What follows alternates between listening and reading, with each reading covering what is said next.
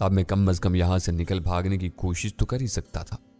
خضر خان کے دیے ہوئے پستول کی موجودگی میرے لیے زبردست تقویت کا باعث تھی، اور کچھ نہیں تو میں جان کی بازی تو لگا سکتا تھا۔ میں تیز رفتاری سے لیکن بے آواز قدموں کے ساتھ اپنے کمرے میں لوٹ آیا۔ میں وقت ضائع کرنے کا متحمل نہیں ہو سکتا تھا، نہ ہی اضافی سامان اپنے ساتھ رکھنے کی گنجائش تھی۔ میں نے بیگ سے صرف پستول اور اضافی میگزین لیے اور جوتے چڑھا کر کمرے سے باہر نکلنے کے لیے تیار ہو گیا۔ نعمت شیخ کے گرم جوش استقبال کے باعث میں بنگلے کے حفاظتی انتظامات کا بغور جائزہ نہیں لے سکا تھا، لیکن میرا اندازہ تھا کہ بنگلے کے گیٹ پر صرف ایک ہی چوکیدار تعینات تھا جو کلاشنکوف سے لیس تھا۔ وہ بھاری بھرکم لیکن پھرتیلا شخص نظر آتا تھا۔ اگر سابق فوجی ہوتا تو مارشل آرٹ میں سوجھ بوجھ بھی ہو سکتی تھی۔ مجھے بہرحال اسی پر احتیاط سے ہاتھ ٹالنا تھا۔ میں نے کمرے کا دروازہ کھول کر باہر جھانکا۔ پورے بنگلے میں نیم تاریکی اور سناٹے کا دور دورہ تھا۔ مرکزی دروازہ شاید رات کو مقفل رہتا تھا۔ مجھے بغلی دروازہ تلاش کرنا تھا۔ اس دوران صرف نعمت شیخ کی طرف سے مداخلت کا خدشہ تھا۔ میں نے سوچ لیا تھا کہ میں اسے سنبھلنے کا موقع دیے بغیر مار کے رہوں گا۔ باورچی خانے کے ساتھ بنی راہداری میں مجھے مطلوبہ راستہ مل گیا۔ اس مضبوط دروازے میں اندر سے چٹخنی لگی ہوئی تھی۔ میں نے بغیر آواز پیدا کی چٹخنی کھولی۔ وہ دروازہ پورچ میں کھلتا تھا۔ سامنے شیخ نعمت کی بیش قیمت کار موجود تھی۔ پورچ کے اس حصے سے چوکیدار کے کیبن کا کچھ حصہ بھی نظر آ رہا تھا۔ اگر چوکیدار اپنے کیبن سے جھانکتا تو پورچ میں کھڑا کوئی بھی شخص اسے چھپا نہیں رہ سکتا تھا۔ میں اندازہ لگانے میں ناکام رہا کہ چوکیدار جاگ رہا ہے یا سو چکا ہے۔ ہو سکتا ہے نعمت شیخ نے میرے حوالے سے آج خصوصاً اسے ہوشیار رہنے کی ہدایت کر رکھی ہو۔ پستول پر میری گرفت مضبوط تر ہوتی جا رہی تھی۔ کچھ دیر صورتحال کا جائزہ لینے کے بعد میں نے پنجوں کے بل چوکیدار کے کیبن کی طرف دوڑ لگا دی۔ میرا پستول انگارے اگلنے کے لیے پوری طرح تیار تھا۔ میرے دوڑنے سے بہت ہلکی آواز پیدا ہو رہی تھی۔ اس کے باوجود مجھے خدشہ تھا کہ چوکیدار کسی بھی لمحے نمودار ہو سکتا ہے۔ میں کیبن کے بالکل پاس پہنچ گیا، لیکن چوکیدار کا کوئی پتہ نہیں تھا۔ میں نے خود کو سنبھالتے ہوئے نہایت احتیاط سے کیبن میں جھانک کر دیکھا۔ چوکیدار کی کلاشنکوف دیوار کے سہارے کھڑی تھی اور وہ دیوار سے ٹیک لگائے خواب خرگوش کے مزے لوٹ رہا تھا۔ میں نے اسے اس کے حال پر چھوڑ کر گیٹ پھلانگ کر فرار ہونے کے بارے میں سوچا، لیکن مجھے خدشہ ہوا کہ بلند و بالا گیٹ پھلانگتے ہوئے میں کسی کی نظروں میں نہ آ جاؤں۔ اس کے علاوہ گیٹ کے ہلنے جلنے کے شور سے چوکیدار کی آنکھ بھی کھل سکتی تھی۔ نہ چاہتے ہوئے بھی مجھے چوکیدار کی کھوپڑی پر اپنے پستول کا دستہ آزمانا پڑا۔ اس کے جسم کو ایک جھٹکا لگا اور وہ ہوش و حواس سے بیگانہ ہو گیا۔ میں نے اس کی واسکٹ کی جیب سے گیٹ کی چھوٹی کھڑکی کی چابی نکالی اور قفل کھول کر باہر نکل آیا۔ بے دری کے عالم میں ایک اجنبی شہر اور اس کی طویل ویران رات میرے مقابل تھی۔ مجھے جلد از جلد وہاں سے دور جانا تھا اور اپنے جیسے آوارہ گردوں کے ازلی دشمن کتوں، چوکیداروں اور پولیس والوں کے پنجے سے بھی خود کو بچانا تھا۔ نعمت شیخ کا عالیشان بنگلہ اور پرآسائش خوابگاہ مجھے راست نہیں آئے تھے۔ اس بے سر و سامانی اور قسم پرسی کے عالم میں رب جلیل کا گھر میری پناہ گاہ ثابت ہوا۔ چھوٹی مسجد کے احاطے میں رات کاٹنے اور فجر کی نماز پڑھنے کے بعد میں ایک بار پھر عذاب بھرے راستوں پر نکل پڑا۔ میں فیصلہ نہیں کر پا رہا تھا کہ اب کس طرف کا رخ کروں۔ میں سردار شاہ مراد کے تعاقب میں یہاں آیا تھا، لیکن اب خود اس سے چھپتا پھر رہا تھا۔ میرے نعمت شیخ کے گھر سے غائب ہونے کی خبر پا کر شاہ مراد کے کارندے شہر بھر میں میری تلاش میں مارے پھر رہے ہوں گے، جانے کہ اس موڑ پر وہ گھات لگائے بیٹھے ہوں۔ مجھے شدید عدم تحفظ محسوس ہوا تھا۔ اپنی اصل شکل و صورت میں بآسانی ان کی نظروں میں آ سکتا تھا۔ مجھے جلد از جلد اپنا حلیہ بدلنا چاہیے تھا۔ خاصی دوڑ دھوپ کے بعد میں اپنا مطلوبہ حلیہ اپنانے میں کامیاب ہو گیا۔ اس جعلی ملنگ کو میں نے پہلی نظر میں تاڑ لیا تھا۔ پورے 1000 روپے کے عوض وہ اپنا میلا کچیلا لباس، موٹے موٹے موتیوں کی 3 مالائیں، رنگ برنگے کپڑوں کی تھجیوں سے بنی ٹوپی، گھنگروؤں سے جڑا سونٹا، شکستہ چپلیں اور کشکول میرے حوالے کرنے پر راضی ہو گیا۔ یہ سب لوازم گداگری زیب تن کرنے کے بعد مجھے صرف اپنا رنگ سیاہ اور لمبے بالوں کو بے ترتیب اور گرد آلود کرنا پڑا۔ اپنی کارکردگی سے مطمئن ہونے کے بعد میں شہر کے بازاروں میں نکل کھڑا ہوا۔ میں نے اپنا حلیہ تو تبدیل کر لیا تھا، لیکن اپنے جسے اور قد و قامت کو کیسے تبدیل کرتا، جن کی وجہ سے مجھے بھیک کم، دھتکار اور پھٹکار زیادہ مل رہی تھی۔ جس کے بھی آگے کشکول پھیلا تھا وہ میری عمدہ صحت اور جسامت کا تانا دے کر محنت مزدوری کے ذریعے حق حلال کی روٹی کمانے کا مشورہ دیتا۔ مجھے اطمینان ہو گیا کہ میرا یہ بہروپ بے عیب ہے، تو میں نے دستے سوال پھیلانا کم کر دیا۔ اب میں کسی نام نہاد مجذوب اور کلندر کے انداز میں اپنی منزل ڈھونڈ رہا تھا۔ سردار شاہ مراد کا ٹرکوں والا اڈا تلاش کرنے میں مجھے کئی گھنٹے لگ گئے، کیونکہ اپنے اس حلیے میں میرے لیے کسی سے ہی اڈے تک رہنمائی حاصل کرنا بھی ممکن نہیں تھا۔ خلاف توقع اس طویل و عریض اڈے پر کچھ زیادہ رونق نظر نہیں آ رہی تھی۔ مجھے وہاں صرف 2 ٹرک کھڑے نظر آئے۔ حالانکہ مینو استاد کے فراہم کردہ معلومات کے مطابق تو وہاں 30 کے لگ بھگ ٹرک موجود ہونا چاہیے تھے۔ اڈے کا دفتر باہر سے نظر نہیں آ رہا تھا، لیکن میں وہاں چائے بیرونکی سے اندازہ لگا سکتا تھا کہ دفتر میں بھی ایک آدھ ہی کارندہ موجود رہا ہوگا۔ میں اڈے کے کھلے گیٹ سے اندر داخل ہونا نہیں چاہتا تھا، کیونکہ اس صورت میں تبدیل شدہ حلیے کے باوجود میں اڈے میں موجود افراد کی توجہ کا مرکز بن جاتا۔ میرے لیے بہتر یہی تھا کہ باہر رہ کر ہی اندر کے حالات کی سن لینے کی کوشش کرتا رہوں۔ میں کئی گھنٹوں تک وہاں جھک مارتا رہا۔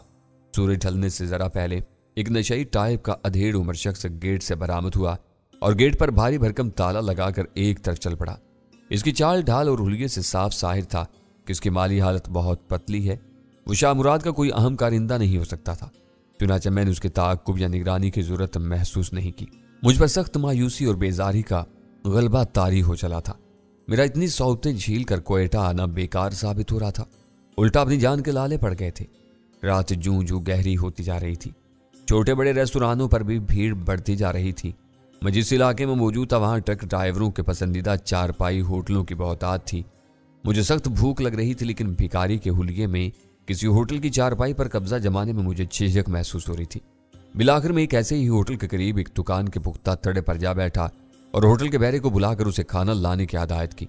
وہ شک بھری نظروں سے مجھے دیکھ رہا تھا، لیکن میں نے اسے 100 کے نوٹ کی جھلک دکھائی تو وہ مطمئن ہو گیا اور کچھ دیر بعد کھانا لا کر میرے سامنے رکھ دیا۔ میں کھانے سے فارغ ہو کر وہاں سے روانہ ہونے والا تھا کہ اچانک میری نظر ایک تنومند نوجوان پر پڑی۔ اس کا چہرہ میں ہزاروں میں پہچان سکتا تھا۔ وہ مینو استاد کا شاگرد شرافت عرف شرفو تھا، جو اپنی طاقت کے نشے میں مجھ سے خواہ مخواہ دور آزمائی پر اتر آیا تھا اور میرے ہاتھوں منہ کی کھائی تھی۔ مینو استاد کی وجہ سے ہم دونوں نے ایک دوسرے کے خلاف اپنے دلوں سے کدورت دور کر لی تھی۔ شرفو کی یہاں موجودگی سے مجھے امید ہو چلی تھی کہ میں اس کے ذریعے مینو استاد تک بھی پہنچ جاؤں گا۔ اس وقت شرفو کھانا کھانے کے لیے ہوٹل میں داخل ہو رہا تھا۔ میں نہایت بے چینی سے اس کے ہوٹل سے باہر نکلنے کا انتظار کرنے لگا۔ خوش قسمتی سے وہ بالکل تنہا نظر آ رہا تھا، لہٰذا میں مناسب موقع ملتے ہی اسے گفتگو کر سکتا تھا۔ خدا کر کے شرفو ہوٹل سے برآمد ہوا اور مست ہاتھی کی طرح چومتا ایک طرف چل پڑا۔ میں خاصا فاصلہ رکھ کر اس کا تعاقب کرنے لگا۔ حیرت یہ گزری کہ اس نے کسی رکشے کو زحمت نہیں دی، ورنہ وہ میری پہنچ سے بالکل نکل جاتا۔ 10-15 منٹ چلتے رہنے کے بعد ایک پسماندہ سے علاقے میں ایک دروازے کے سامنے پہنچ کر وہ رک گیا۔ اس نے دروازے پر لگا قفل کھولا اور اندر داخل ہو گیا۔ اس کے ساتھ ہی میری یہ امید دم توڑ گئی کہ شرفو کے توسط سے میں مینو استاد سے ملاقات کرنے میں کامیاب ہو جاؤں گا۔ دروازے کے مقفل ہونے کا صاف مطلب یہ تھا کہ اس مکان میں شرفو تنہا مقیم ہے۔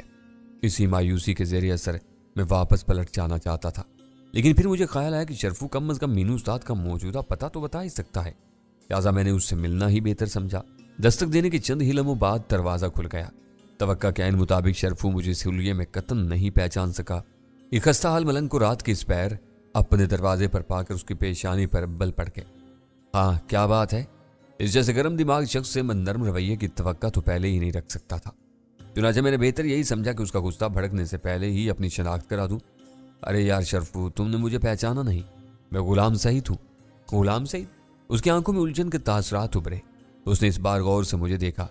ہاں میں غلام سعید خان ہوں، یاد ہے ڈی جی خان میں مینو استاد کے ہاں تم سے کئی ملاقاتیں ہوئی تھیں؟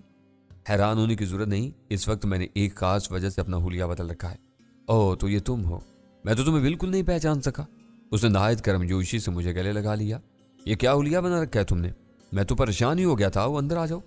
وہ مکان صرف ایک بڑے سے کمرے پر مشتمل تھا۔ شرفو مجھے ساتھ لے کر ایک چارپائی پر جا بیٹھا۔ ہاں بھائی اب بتاؤ یہ سب کیا چکر ہے؟ شرفو کے لبوں پر جاندار مسکراہٹ کھل رہی تھی۔ چکر تو بہت پیچیدہ ہے شرفو بھائی، تم پہلے یہ بتاؤ کہ مینو استاد آج کل کہاں ہے؟ تم سے تو اس کا رابطہ ہوگا۔ میری بات سن کر یکایک شرفو کے چہرے پر مایوسی کے تاثرات ابھر آئے۔ مینو استاد کو تو نوکری سے جواب مل گیا تھا، ان کی صحت بہت زیادہ گر گئی تھی، مہینے میں 20 دن تو بستر پر گزارتے تھے۔ ان کی حالت ایسی نہیں تھی کہ ٹرک ڈرائیوری جیسا مشقت کا کام جاری رکھ پاتے۔ اب وہ کہاں ہے؟ میں نے پوچھا۔ میں یقین سے نہیں کہہ سکتا، ہو سکتا ہے ڈی جی خان میں ہی ہوں، یہ بھی ہو سکتا ہے کہ کروڑ پکا چلے گئے ہوں۔ لورالائی سے وہ کوئٹہ آئے تھے، پھر مجھے ٹرک لے کر کراچی جانے کی ڈیوٹی ملی تو ڈی جی خان کے ارادے سے روانہ ہو گئے تھے۔ اس کے بعد سے میرا ان سے کوئی رابطہ نہیں ہوا۔ میں خود بھی ان کے لیے سخت فکر مند ہوں۔ کیا تم بھی سردار شاہ مراد کی کمپنی کا ٹرک چلاتے ہو؟ نہیں، وہ تو شاید کاروبار ہی ختم کرنے والے ہیں۔ ڈی جی خان اور لورالائی میں ان کے اڈے خالی پڑے ہیں۔ کوئٹہ میں بھی تقریباً یہی حال ہے۔ میں تو اپنے ماموں دوست محمد شاہ کا ٹرک چلا رہا ہوں۔ آج کل کہاں تعینات ہیں تمہارے تھانے دار ماموں؟ میں نے سرسری انداز میں پوچھا۔ شرفو نے بھی تقریباً اسی انداز میں جواب دیا۔ سٹی تھانے کا چارج سنبھالے انہیں کچھ ہی دن ہوئے ہیں۔ اس کے بعد ہی انہوں نے یہ ٹرک خریدا تھا اور میرا لائسنس پکا کروایا تھا۔ کویا یہ ٹرک ایک طرح سے تمہاری ذاتی ملکیت ہے؟ میں نے مسکراتے ہوئے پوچھا۔ میری بات سن کر شرفو نے ایک زوردار کہکا لگایا۔ ہاں کچھ ایسا ہی ہے، میں جو کچھ ماموں کو دے دوں چپ چاپ رکھ لیتے ہیں، نہ دوں کبھی پوچھتے نہیں۔ سچ سے بتاؤ یہ تمہارے ماموں تمہیں اپنا داماد بنانے کا ارادہ تو نہیں رکھتے؟ میں نے رازدارانہ لہجے میں پوچھا۔ وہ یکدم خفیف سا ہو گیا۔ ہاں بھائی تم نے صحیح اندازہ لگایا، بالکل یہی معاملہ ہے۔ کیا واقعی؟ میں نے ہنستے ہوئے کہا۔ میں نے تو یوں ہی ہوا میں تیر چلایا تھا جو نشانے پر جا لگا۔ شرفو نے بھی میرے ساتھ مل کر زوردار کہکا لگایا۔ پھر وہ سنجیدہ ہو گیا۔ میں ایک آدھ دن میں استاد مینو کی خیر خبر لینے ڈی جی خان جانے والا ہوں۔ اگر چاہو تو تم بھی میرے ساتھ چل سکتے ہو، دونوں بھائی اپنے ٹرک میں چلیں گے۔ ویسے تم نے ابھی تک نہیں بتایا کہ تم یہ روپ کیوں اختیار کر کے رکھے ہوئے ہو؟ جہاں تک ڈی جی خان جانے کا تعلق ہے تو فی الحال میں ہاں یا نہ میں جواب نہیں دے سکتا۔ میں ایک اہم کام سے کوئٹہ آیا ہوں۔ میری پوری کوشش ہے کہ یہ کام جلد از جلد مکمل کر لوں، اس کے بعد ہی میں یہ شہر چھوڑ سکتا ہوں۔ اگر تم مجھ پر اعتماد کر کے مجھے اس بارے میں بتا دو تو شاید میں بھی تمہاری مدد کر سکوں۔ کوئٹہ شہر اور آس پاس کے علاقے میرے دیکھے بھالے ہیں۔ ویسے تم نے جوگی کا جو بھیس بنا رکھا ہے اسے دیکھ کر مجھے تخت ہزارہ کا رانجھا یاد آ رہا ہے جو اپنی ہیر کے دیدار کے لیے جوگی بن کر مارا مارا پھرتا تھا۔ شرفو کی زبان سے نکلنے والے الفاظ اگرچہ مزاح کا رنگ لیے ہوئے تھے لیکن انہوں نے میرے دل کے تار جھنجھنا کر رکھ دیے۔ میری منزل حیات ہیر ہی تو تھی لیکن میں اسے موت اور زندگی کے دوراہے پر چھوڑ آیا تھا اور پلٹ کر اس کی خبر تک نہیں لی تھی۔ میں نے اپنی ہیر کے لیے نہیں بلکہ اپنے محبوب وطن کی خاطر جوگ اپنایا تھا، لیکن اس معاملے میں شرفو کو اعتماد میں لینا مناسب بھی ہوگا یا نہیں؟ یا شرفو میں دراصل استاد مینو کی تلاشی میں یہاں آیا تھا۔ اگر تم رازداری برقرار رکھنے کا وعدہ کرو تو میں تمہیں استاد مینو کی تلاش کا مقصد بھی بتا سکتا ہوں۔ تو مجھ پر اسی طرح اعتماد کر سکتے ہو جس طرح استاد مینو پر کرتے ہو۔ میں مانتا ہوں کہ کچھ عرصے پہلے تک میں بے حد لاؤبالی اور غیر ذمہ دار تھا، لیکن زندگی نے مجھے عقل سکھا دی ہے۔ تمہارا ہر راز میرے سینے میں دفن رہے گا۔ ویسے میں اندازہ لگا سکتا ہوں کہ معاملہ حقیقتاً بہت سنگین اور پیچیدہ ہوگا۔ بس یہ سمجھ لو کہ تمہاری زبان کی ہلکی سی جنبش مجھے موت کے اندھیروں میں دھکیل سکتی ہے، لیکن میں تمہیں اس راز میں ضرور شریک کروں گا کیونکہ تم اس معاملے میں میری خاطر خواہ مدد کر سکتے ہو۔ میں نے شرفو کو مختصر لیکن جامع الفاظ میں پوری صورتحال سے آگاہ کر دیا۔ خوش قسمتی سے اس نے میری خواہش کے عین مطابق رد عمل ظاہر کیا۔ میں سوچ بھی نہیں سکتا تھا کہ شاہ مراد ملک دشمن اور غدار ہو سکتا ہے۔ اس نے حیرت اور تشویش کے ملے جلے تاثرات کے ساتھ کہا، لیکن میں اتنا ضرور جانتا ہوں کہ وہ خطرناک حد تک طاقت اور بارسوخ ہے۔ اگر وہ واقعی اس قسم کی تباہکن سرگرمیوں میں ملوث ہے تو واقعی ملک کے لیے نقصان دہ ثابت ہو سکتا ہے، اور اس سے بھی کہیں زیادہ خطرہ تمہاری زندگی کو ہے کیونکہ تم اس کے راستے کی سب سے بڑی رکاوٹ ہو۔ ویسے بھی تم سے تو اس کی ذاتی دشمنی بھی ہے۔ شاہ مراد نے کوئٹہ میں بھی بہت مضبوطی سے پنجے گاڑ رکھے ہیں۔ اگر تمہاری یہاں موجودگی واقعی اس کے علم میں ہے تو وہ چند ہی دنوں میں تمہیں ڈھونڈ نکالے گا۔ تم نے بہت عمدگی سے حلیہ بدلا لیکن اپنے قد و قامت سے تم ہزاروں سے الگ نظر آتے ہو۔